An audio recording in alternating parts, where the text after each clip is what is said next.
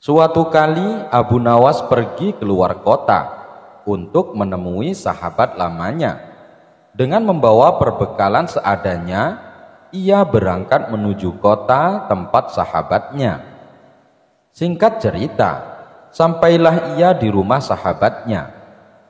"Assalamualaikum," ucap Abu Nawas saat mengetuk pintu rumahnya.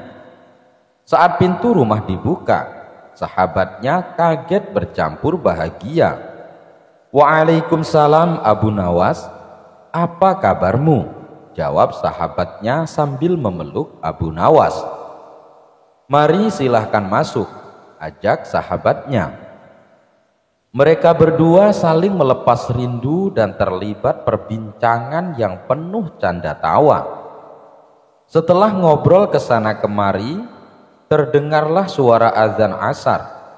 "Wahai kawan, saya minta izin sholat di rumahmu," pinta Abu Nawas. "Oh, silahkan Abu Nawas, saya mau keluar sebentar untuk membeli makanan," balas sahabatnya. Abu Nawas lalu ke kamar mandi untuk berwudu. Tapi saat ia akan melaksanakan sholat, ia bingung di mana letak arah kiblat. Mau bertanya kepada sahabatnya, tapi sahabatnya sedang keluar beli makanan. Abu Nawas mencoba menunggu sahabatnya pulang. Lama sudah ia menunggu. Ternyata sahabatnya tak kunjung datang juga. Akhirnya ia memutuskan sendiri kemana arah kiblatnya. Abu Nawas menggelar sajadahnya dan mulai menunaikan sholat. Tidak berapa lama sahabatnya pun datang. Ia tertawa melihat Abu Nawas sholat menghadap arah kiblat yang salah. Setelah Abu Nawas selesai menunaikan sholat, sahabatnya berkata memberitahu, "Hei Abu Nawas, arah kiblatnya bukan ke situ," tutur sahabatnya. "Hah? Apakah arah sholatku salah?" tanya Abu Nawas. "Tidak, hanya saja arah sajadah kamu yang salah," jawab sahabatnya. "Kalau begitu tegur saja sajadahku, jangan aku," balas Abu Nawas. Keduanya pun tertawa bersama-sama. "Ya sudah, mari kita sholat berjamaah. Habis itu kita baru makan-makan," ajak Abu Nawas kepada sahabatnya. Kisah penampilan suci. Suatu hari ada seorang rohib berpenampilan layaknya orang suci. Namun ia terlihat kebingungan beberapa kali. Ia mondar-mandir tepat di depan rumah Abu Nawas. Karena merasa kasihan, Abu Nawas lalu menyapanya. "Wahai tuan, sepertinya Anda bukan orang sini.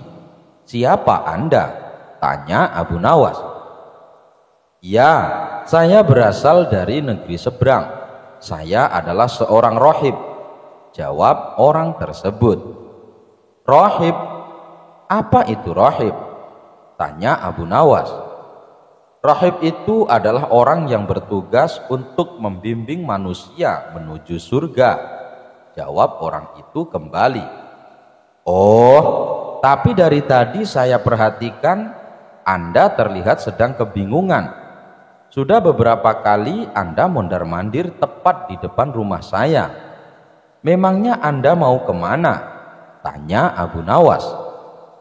"Saya mau ke pasar, tapi tidak tahu jalannya," ujar sang rohib. Mendengar jawaban itu, Abu Nawas menahan tawa. "Bagaimana bisa Anda membimbing manusia ke surga kalau arah ke pasar saja Anda tidak tahu?" celetuk Abu Nawas. Mendadak muka sang rohib berubah menjadi sewot. Ia langsung pergi meninggalkan Abu Nawas. Abu Nawas menemukan sekantong emas. Pada suatu ketika, negeri Baghdad sedang mengalami masa paceklik. Pertanian banyak yang gagal dan pasar sepi pembeli. Tentu saja kondisi ini sangat mempengaruhi rakyatnya. Banyak warga yang mengalami kesusahan. tak terkecuali Abu Nawas. Dia dan istrinya terkadang harus berpuasa karena tidak ada makanan. Suatu ketika, Abu Nawas berjalan-jalan di pasar untuk menghilangkan rasa jenuhnya. Dan tiba-tiba Abu Nawas menemukan kantong hitam berisi uang. Maka dibawanya kantong hitam tersebut dan langsung ditanam di dalam tanah. Abu Nawas merenung sepanjang malam. Pikirannya bertanya-tanya, apakah uang di dalamnya akan diambil atau tidak. Hatinya berpikir untuk mengambilnya karena keluarganya sedang mengalami kelaparan. Namun Abu Nawas teringat terus bahwa memakan harta haram bisa mendapatkan siksa kubur di dunia dan akhirat. Akan tetapi dirinya juga teringat hadis Nabi yang mengatakan, bila Allah Subhanahu wa ta'ala memberimu hadiah tanpa kamu minta, maka terimalah hadiah itu, jangan kamu tolak, kemudian infakkanlah harta itu. Ketika mengingat hadis tersebut, Abu Nawas berkata kepada dirinya sendiri, sungguhkah ini hadiah dari Allah Subhanahu wa ta'ala, dan hadiah itu bagi orang yang menemukan uang tersebut. Namun hal itu tidak menjadikan Abu Nawas membuka kantong temuannya dan masih menunggu barangkali pemiliknya akan datang. Hari pun berlalu, dan ketika Abu Nawas kembali berjalan-jalan di pasar, ia mendengar seorang saudagar lelaki kaya sedang mengumumkan bahwa kantongnya hilang. Wahai para penduduk Baghdad, barang siapa yang menemukan kantong hitam berisi uang 1000 dinar, maka kembalikanlah dengan jaminan dari Allah Subhanahu wa ta'ala. Mendengar hal tersebut, lalu Abu Nawas mendekati lelaki tersebut dan berkata, wahai Tuan, negeri kami sedang mengalami masa paceklik. Banyak di antara kami yang hidup miskin. Seumpama uang Anda ditemukan oleh orang yang mengalami kesusahan, maukah Tuan memberikan sedikit uang secara halal? Ucap Abu Nawas. Berapa yang diinginkannya? Tanya lelaki saudagar kaya. 1/10-nya Tuan, jawab Abu Nawas. Saudagar itu dengan tegasnya berkata, aku tidak akan memberikannya sedikit pun. Jika ia tidak mengembalikannya kepadaku, maka di akhirat nanti akan kutuntut di hadapan Allah Subhanahu wa ta'ala. Mendengar perkataan tersebut, Abu Nawas segera kembali ke rumahnya dan menceritakan kepada istrinya bahwa ia telah menemukan pemilik kantong uang tersebut. Apa yang harus aku lakukan? Apa aku harus mengembalikan uang itu? Tanya Abu Nawas. Mendengar hal itu, istrinya agak marah. Aku dan anak-anakmu telah menderita kemiskinan bersamamu selama 50 tahun. Bahkan saat ini kita hanya mempunyai satu pakaian dan dipakai bergantian untuk sholat. Selama hidup kita belum makan buah dan daging. Datangilah pemiliknya, desaklah ia agar memberikan 1/10 dari uangnya itu. Jika ia tidak setuju, maka mintalah 1/100-nya. Tapi jika masih tidak setuju, maka mintalah 1/1000-nya, yang berarti menerima 1 dinar, karena 1 dinar lebih baik daripada tidak sama sekali, kata istri Abu Nawas. Mendengar penjelasan istrinya itu, lalu Abu Nawas pergi kembali menemui saudagar kaya di pasar. Tuan, sebenarnya sayalah penemu kantong berisi uang. Apakah Tuan bersedia memberikan sedikit uang tersebut kepada saya? Meskipun hanya 1 dinar, karena beberapa hari ini keluarga saya belum makan, Tuan, kata Abu Nawas. Namun saudagar kaya itu tetap pada pendiriannya untuk tidak memberikan uang tersebut. Maka diajaklah saudagar itu ke rumah Abu Nawas, dan setibanya di rumah, lalu Abu Nawas menyerahkan kantong tersebut. "Benarkah ini kantong tuan?" tanya Abu Nawas. "Iya, benar," jawab saudagar kaya. Kemudian lelaki tersebut membuka kantongnya dan menghitung jumlah uangnya, dan jumlahnya masih tetap utuh, yaitu 1.000 dinar. Lalu saudagar kaya itu pamit pulang kepada Abu Nawas, namun belum juga melewati pintu keluar, tiba-tiba saudagar kaya itu berhenti dan berkata, "Wahai orang tua, aku akan menceritakan kepadamu mengenai kantong ini. Ayahku telah mewariskan kepadaku uang 3.000 dinar. Sebelum meninggal, ayah berpesan kepadaku untuk membagikan sepertiganya kepada orang yang berhak menerimanya. Dan aku juga disuruh menjual warisan ternak lalu menginfakkannya. Sebagian lagi aku gunakan untuk pergi haji. Maka aku pun melaksanakan wasiat itu, dan wasiat untuk membagikan sepertiga uang dari kekayaanku. Uang tersebut aku letakkan pada kantong ini, lalu aku pergi ke kota Baghdad untuk mencari orang yang benar-benar miskin. Namun aku tidak menemukan seorang pun yang lebih berhak daripada Anda. Maka ambillah uang di kantong ini. Semoga Allah Subhanahu wa ta'ala memberkahimu," kata saudagar lelaki kaya tersebut.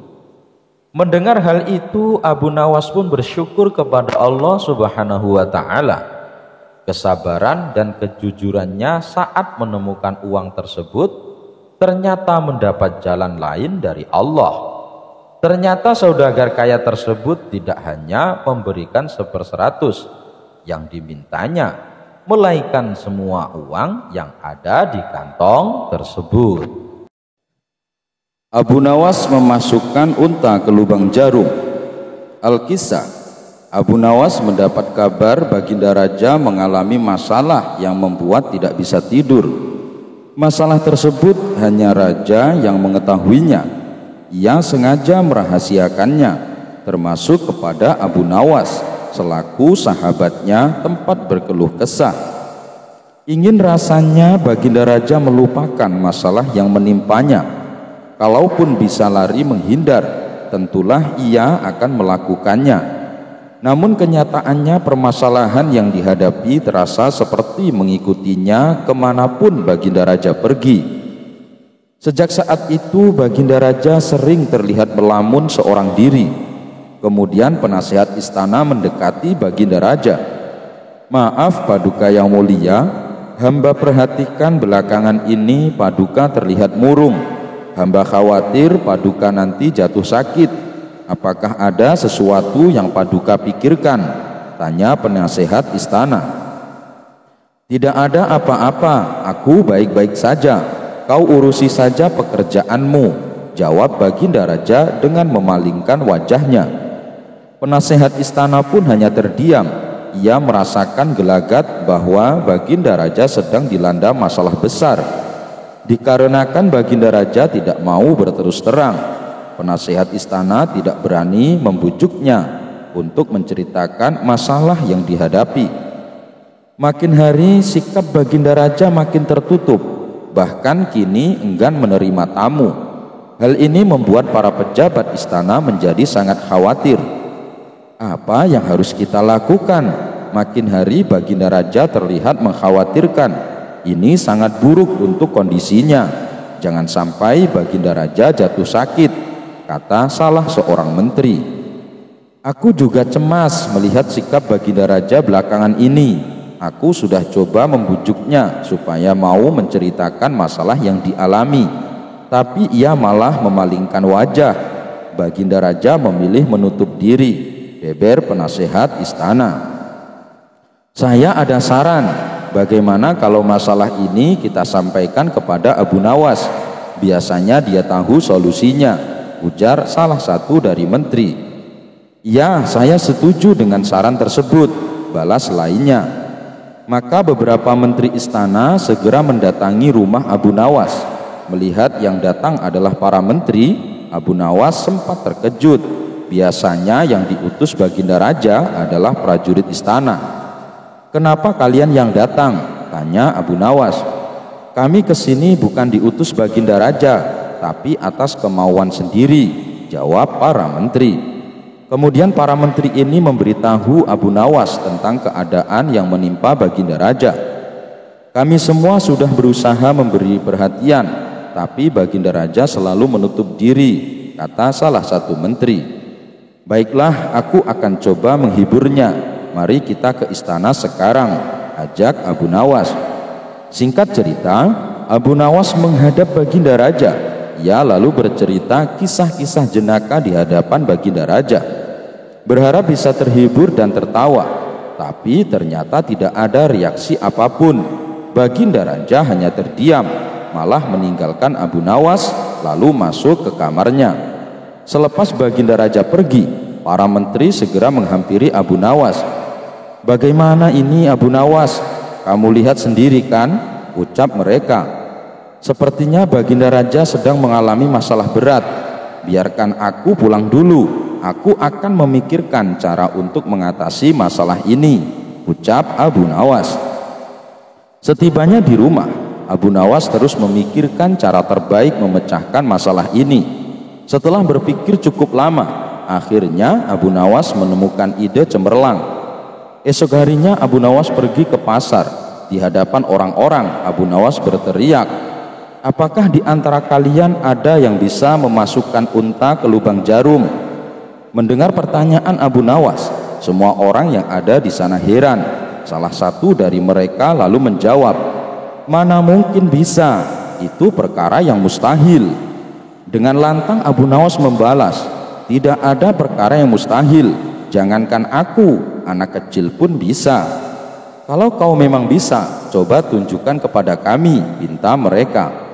"Maaf kawan-kawan, sayangnya aku hanya bisa membuktikannya bila di hadapan Baginda Raja," jawab Abu Nawas.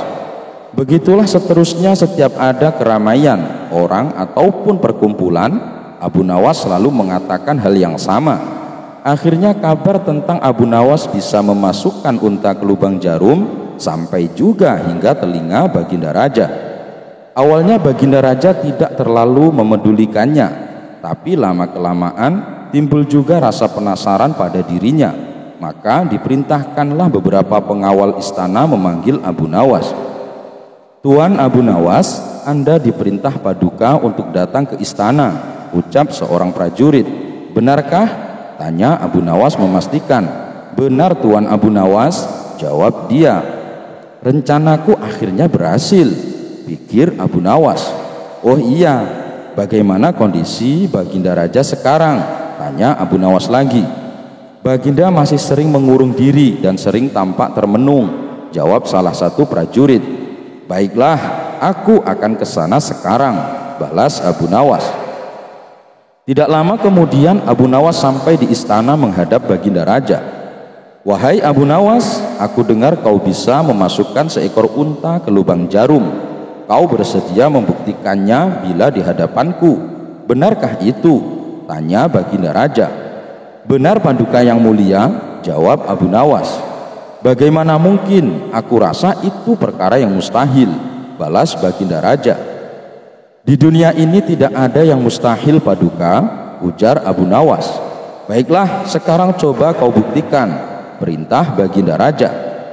"Caranya mudah Paduka, kita tinggal membuat jarum yang lubangnya lebih besar daripada seekor unta. Dengan begitu kita bisa memasukkannya dengan mudah, bahkan anak kecil pun bisa," jawab Abu Nawas menjelaskan. "Kalau caranya seperti itu, semua orang pun bisa melakukannya. Berarti kau telah menipu semua orang, termasuk aku," ucap Baginda Raja. "Hamba tidak pernah menipu siapapun, dan hamba juga tidak pernah menipu Paduka. Hamba tidak pernah mengatakan bahwa jarum yang hamba maksud adalah jarum kecil," balas Abu Nawas. "Iya, itu benar. Tapi apa maksud dari pernyataanmu ini?" tanya Baginda Raja. Hamba hanya ingin mengatakan ada hikmah dari pernyataan ini, jawab Abu Nawas. Hikmah? Hikmah dari mana? Tanya Baginda Raja heran. Bukankah tadinya Baginda Raja tidak percaya kalau hamba bisa memasukkan unta ke lubang jarum? Tapi setelah hamba jelaskan, Baginda Raja baru mempercayainya. Begitu juga dengan permasalahan yang sedang kita hadapi. Sebesar apapun masalah, sebesar apapun bebannya, tapi kalau hati kita lebih besar, hati kita lebih luas saat menghadapinya, maka semua masalah akan terasa lebih ringan. Itulah gambaran seekor unta bila dimasukkan ke lubang jarum. Sepintas saat kita menghadapinya pasti itu mustahil dilakukan. Tapi bila kita luas dan besar, maka pikiran kita juga akan mengikuti. Dan pada akhirnya masalah yang kita anggap mustahil diatasi menjadi mudah dan ringan untuk dijalani. Bagaimana kita akan bisa tenang bila kita menghadapi masalah dengan hati yang sempit? Tutur Abu Nawas. Seketika Baginda Raja terdiam. Ia terus merenungi ucapan Abu Nawas. Suasana pun mendadak menjadi hening. Tidak berapa lama Baginda Raja pun berkata, "Terima kasih Abu Nawas, kau telah menyadarkanku. Selama ini aku memang sedang dilanda masalah dan hatiku sempit menghadapinya, sehingga pikiranku juga ikut menjadi buntu," ujar Baginda Raja. Sejenak kejadian itu, kini Baginda Raja mulai terlihat ceria. Ia tidak lagi terlihat murung seperti hari-hari sebelumnya. Permasalahan bukanlah hal untuk dilamunkan, melainkan dihadapi dengan hati yang besar. Maka akan tercipta solusi dari sebuah pemikiran yang jernih. Abu Jahil dijadikan tumbal pesugihan oleh Abu Nawas. Al-Kisah. Abu Nawas mendadak kedatangan Abu Jahil. Ia lalu mengungkapkan maksud kedatangannya mau meminjam uang sebanyak 100 dinar. Tentu saja Abu Nawas kaget mendengarnya. "Dari mana aku punya uang sebanyak itu?" ucap Abu Nawas. "Ayolah, aku yakin kamu pasti ada. Pinjamilah barang sebulan," minta Abu Jahil merengek.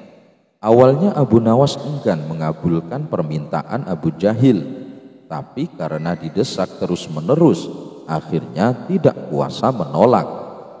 "Tapi janji ya, hanya sebulan," kata Abu Nawas mewanti-wanti. "Iya, aku janji Abu Nawas. Bulan depan ketika kebunku sudah panen, pasti akan aku kembalikan," ujar Abu Jahil coba merayu meyakinkan. Setelah sebulan lamanya, Abu Jahil tidak kunjung mengembalikan uang. Padahal saat itu kebun miliknya sudah panen dan hasilnya melimpah. Payah Abu Jahil, dia tidak menepati janjinya, batin Abu Nawas. Dikarenakan sedang sangat membutuhkan uang, Abu Nawas terpaksa mendatangi rumah Abu Jahil untuk menagih hutang. "Mana janjimu Abu Jahal?" katanya, "dalam sebulan kau akan mengembalikan uangnya," kata Abu Nawas. Abu Jahil pun menjawab bahwa dirinya belum bisa membayar hutang. Dia beralasan uang hasil panen kebunnya sudah habis untuk mengobati saudaranya yang sedang sakit. "Jangan khawatir Abu Nawas, bulan depan pasti akan aku bayar," ujar Abu Jahil. Abu Nawas tentu sangat kecewa. Ia akhirnya pulang tanpa membawa uang.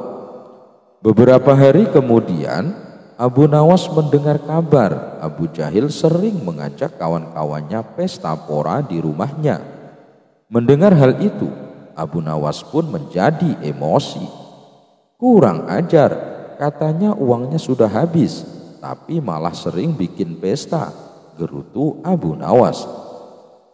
Untuk menagihnya kembali itu tidak mungkin. Abu Jahil pasti tidak akan membayar hutangnya dengan beribu macam alasan.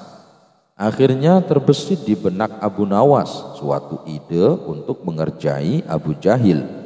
Esok harinya pergilah Abu Nawas menemui sahabatnya yang ada di kampung seberang. Ia pun mulai mengatur siasat dan meminta bantuan sahabatnya itu. Setelah siasatnya sudah diatur dengan matang, maka Abu Nawas segera mendatangi rumah Abu Jahil. "Kenapa kemari Abu Nawas? Kan sudah kubilang mengembalikan uangnya bulan depan," kata Abu Jahal. "Kamu jangan salah paham Abu Jahil. Aku kesini bukan mau menagih hutang, tapi ingin mengajakmu menemui orang pintar," balas Abu Nawas. "Menemui orang pintar untuk apa?" tanya Abu Jahil penasaran. "Begini Abu Jahil, di kampung seberang katanya ada dukun pesugihan yang bisa membuat kita jadi kaya. Aku ingin mencobanya ke sana," jawab Abu Nawas. "Benarkah? Baiklah, aku ikut Abu Nawas. Aku juga ingin kaya raya," sahut Abu Jahil kegirangan. Singkat cerita, sampailah Abu Nawas dan Abu Jahil di rumah seorang dukun pesugihan. Setelah keduanya dipersilahkan masuk, dukun tersebut bertanya, "Ada keperluan apa kalian kemari?" Abu Nawas lalu mengungkapkan keinginan ingin kaya raya tanpa harus bekerja. "Oh, itu gampang, tapi ada syaratnya," ujar dukun tersebut. "Apa itu syaratnya?" tanya Abu Nawas. "Syaratnya harus ada tumbal, tapi jangan khawatir, tumbalnya tidak harus dari keluarga. Orang lain juga bisa dijadikan tumbal, tapi orang lain tersebut adalah orang yang ada kaitannya dengan hartamu," jawab sang dukun. "Maksudnya bagaimana? Saya belum paham," tanya Abu Nawas lagi. "Ya, misalnya orang yang punya utang sama kamu, maka orang tersebut bisa dijadikan tumbal meskipun dia bukan anggota keluargamu," jawab sang dukun. "Kalau orangnya tidak mau bagaimana?" tanya Abu Nawas. "Kamu tidak perlu minta izin. Orang tersebut nanti akan jadi tumbal tanpa dia sadari dan ia akan mati mengenaskan," kata sang dukun menjelaskan. "Oh begitu, baiklah aku setuju," balas Abu Nawas sambil melirik ke arah Abu Jahil. Abu Jahil yang merasakan gelagat dirinya akan dijadikan tumbal seketika langsung gemetaran. Kemudian Abu Nawas diajari mantra oleh sang dukun sebagai ritual saat tengah malam. Sepulangnya dari rumah sang dukun di tengah perjalanan, Abu Nawas berkata, "Abu Jahil, hutangmu yang 100 dinar tidak usah kamu kembalikan. Aku ikhlas." Mendengar hal itu, Abu Jahil langsung ketakutan. "Jangan Abu Nawas, aku akan mengembalikan uangnya sekarang juga. Nanti setelah kita sampai di rumah, aku akan langsung mengembalikannya," sahut dia ketakutan. "Bukannya kemarin kamu bilang uangmu sudah habis?" goda Abu Nawas. "Uangku masih banyak Abu Nawas, aku kemarin bohong sama kamu," ucap Abu Jahil. Akhirnya hari itu juga Abu Jahil langsung mengembalikan uang yang dipinjam. Ternyata dukun yang didatangi Abu Nawas dan Abu Jahil adalah sahabatnya Abu Nawas. Abu Nawas dan sahabatnya sengaja mengatur siasat tersebut supaya Abu Jahil segera melunasi hutangnya. Raja menjadi pengemis. Abu Nawas kaget ketika tiba-tiba disuruh menuju ke istana. Di sana telah menunggu baginda yang tengah duduk tegap di singgasana istana. "Hai, apa kabar Abu Nawas?" sapa baginda raja. "Aku benar-benar mengharap bantuanmu." "Bantuan apa baginda raja?" Abu Nawas balik bertanya. "Begini Abu Nawas," baginda mulai bercerita. "Aku dengar Tuan Habul sudah mulai membangkang terhadap kewajiban negara. Pembantu-pembantuku di daerah melaporkan kalau dia sudah tidak mau lagi membayar zakat. Padahal dia orang yang kaya raya loh. Mengapa baginda tidak panggil saja dia ke istana, lalu jebloskan ke dalam penjara, habis perkara. Gitu aja kok repot." Sebenarnya bisa saja aku berbuat begitu, tapi apa tidak ada cara lain? Soalnya sayang kalau aku menghukumnya. Bagaimanapun dulu dia adalah orang yang paling rajin membayar zakat. Tapi entah mengapa, semakin dia kaya, semakin malas pula dia membayar zakat. Sebenarnya kalau ingat nama Tuan Habul, Abu Nawas ingin diam di penjara. Karena semua negeri tahu kalau Tuan Habul orang yang sangat pelit. Hampir tidak ada orang yang menyukainya, kecuali mungkin antek-anteknya saja. Tapi karena ini perintah Baginda, mau tak mau Abu Nawas ikut pula memikirkan jalan keluarnya. Begini saja Baginda yang mulia, usul Abu Nawas. Beri hamba kesempatan berpikir untuk membuat dirinya sadar. Tapi tentu saja selama berpikir, hamba tidak bisa bekerja mencari nafkah buat keluarga. Oleh sebab itu hamba minta ganti rugi selama hamba berpikir menyelesaikan masalah ini. Sudah kuduga sejak semula, kau pasti meminta imbalan kalau kuminta bantuan. Ini bawa, ujar Baginda kesal. Baginda mengeluarkan uang 200.000 dinar kepada Abu Nawas. Sambil cengar-cengir, Abu Nawas membawa pulang uang pemberian Baginda Raja. Seminggu kemudian Abu Nawas datang ke istana. Dia datang dengan segudang rencana yang telah disusunnya. Bagaimana Abu Nawas? Sudah ketemu jalan keluarnya? Tanya Baginda Raja. Beres Baginda Raja, cuma caranya Baginda dan saya harus menyamar jadi pengemis. Apakah Baginda bersedia? Semula Baginda agak kaget juga mendengar usul Abu Nawas. Tapi karena keinginan kuat menyadarkan Tuan Habul, Baginda akhirnya bersedia. Dengan menyamar jadi pengemis, Abu Nawas dan Baginda datang ke rumah Tuan Habul. Pucuk dicinta ulam pun tiba. Tuan Habul sedang ada di rumah. Abu Nawas pun segera uluk salam. Selamat pagi Tuan, kami ini pengemis. Apakah Tuan ada sedikit uang receh? Tidak ada, jawab Tuan Habul dengan angkuh. Kalau begitu, apakah Tuan punya pecahan roti kering sekedar untuk mengajar perut kami yang sedang lapar?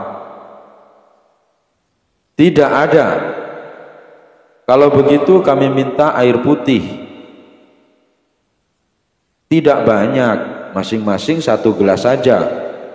Sudah kubilang, aku tidak punya apa-apa. Tuan Habul mulai tidak bisa menahan emosinya. Dan rupanya jawaban ini yang ditunggu-tunggu Abu Nawas. Kalau Tuan tidak punya apa-apa, tetus Abu Nawas, mengapa Tuan tidak ikut kami saja menjadi pengemis? Wajah Tuan Habul pucat pasi mendengar cetusan Abu Nawas. Rasa marah, tersinggung dan terhina bercampur aduk menjadi satu. Tapi belum sempat kesadaran Tuan Habul pulih, Abu Nawas dan Baginda segera membuka kedoknya. Bagaimana Habul? Kali ini giliran Baginda yang berbicara. Mau pilih jadi orang kaya atau menjadi orang yang tidak punya apa-apa? Kalau pilih jadi orang yang tidak punya apa-apa, ya ikut saja Abu Nawas mengemis dari rumah ke rumah. Tapi kalau pilih menjadi orang kaya, ya jangan lupa membayar zakat. Bukan begitu Habul? Mendengar penuturan Baginda, Tuan Habul terdiam 1000 bahasa. Dia merasa sangat malu. Sedangkan Abu Nawas hanya cengengesan menyaksikan kejadian itu. Enak saja Baginda menyuruhku jadi pengemis. gumam Abu Nawas sambil mengumpat dalam hati. Apa boleh buat?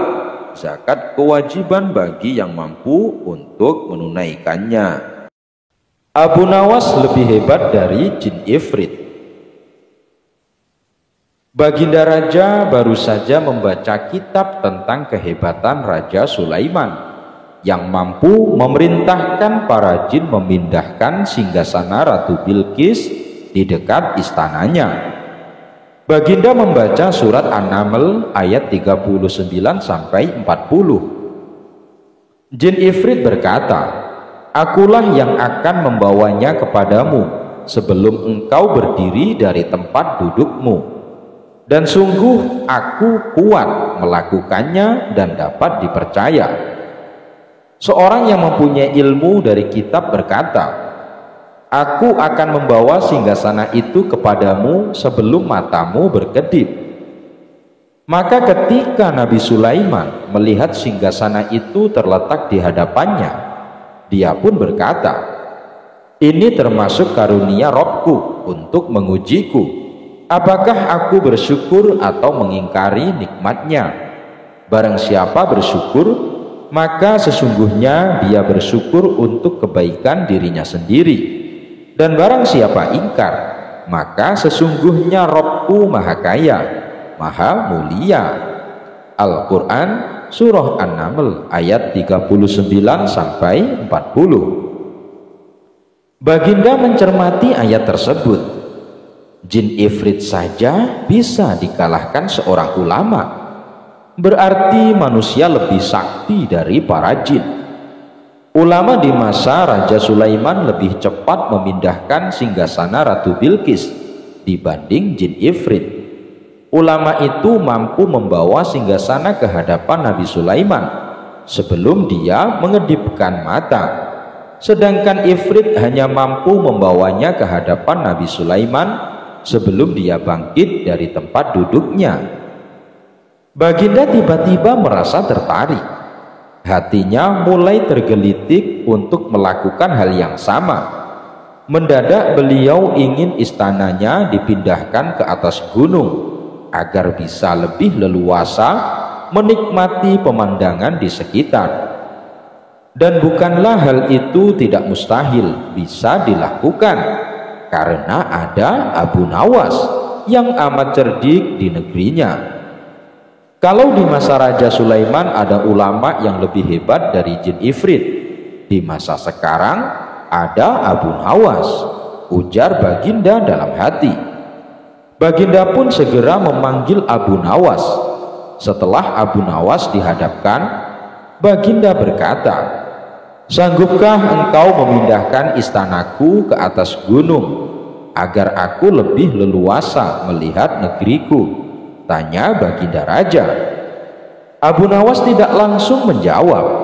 Dia berpikir sejenak hingga keningnya berkerut. Tidak mungkin menolak perintah Baginda, kecuali kalau memang ingin dihukum.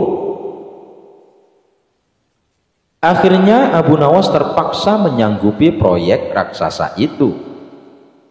Ada satu lagi permintaan dari Baginda.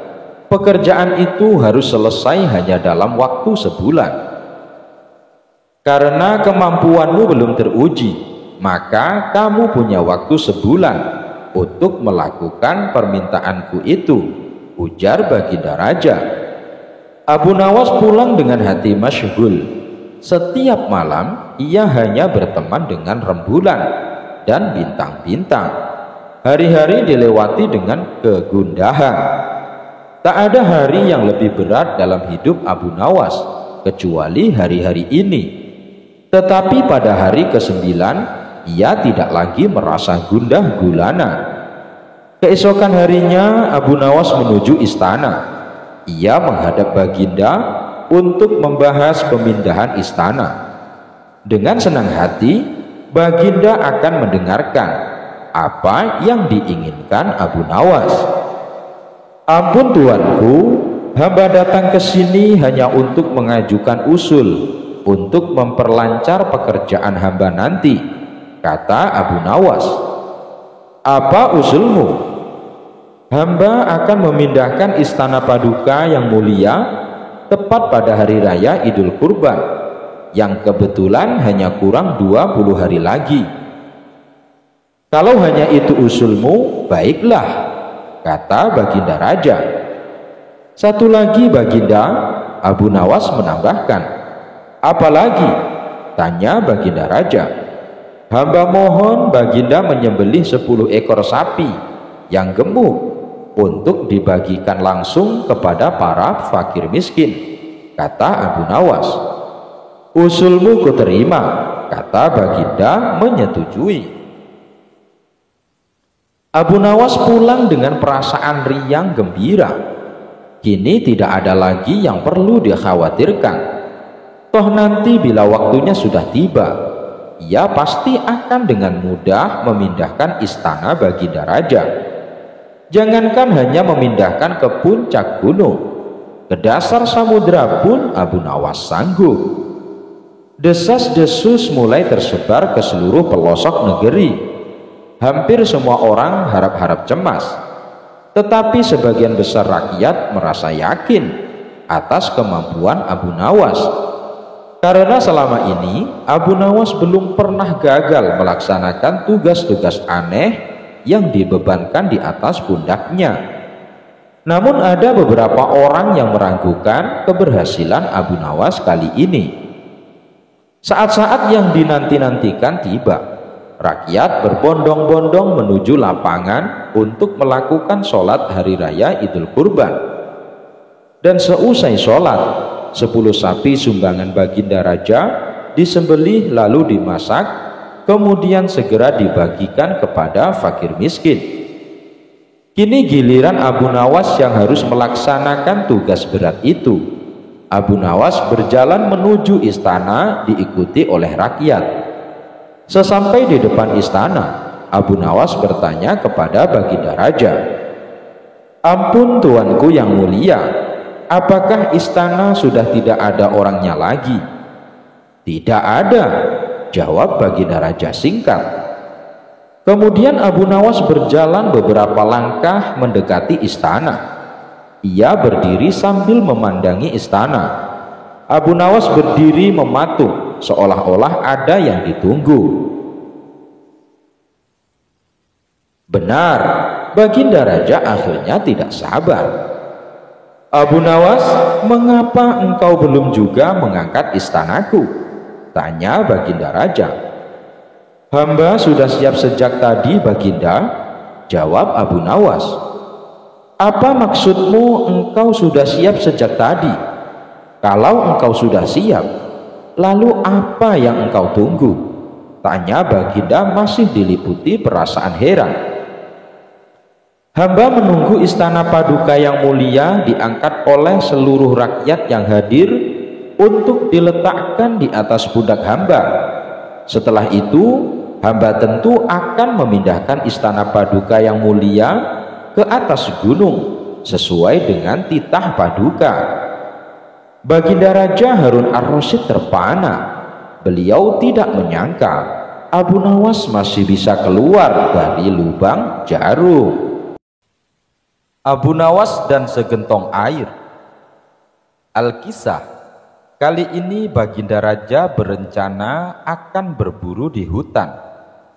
Baginda Raja memerintahkan pembantunya untuk menyiapkan semua peralatan dan perbekalan selama berburu. Berbeda dari cara berburu sebelumnya, kali ini Baginda Raja mengajak serta Abu Nawas. Kemudian Baginda Raja meminta Abu Nawas membantu membawa perbekalan dan dipersilahkan memilih sendiri barang yang akan dibawa. Tanpa berpikir panjang, Abu Nawas memilih gentong tempat wadah air minum yang cukup besar. Baginda Raja dan prajurit heran dengan pilihan Abu Nawas.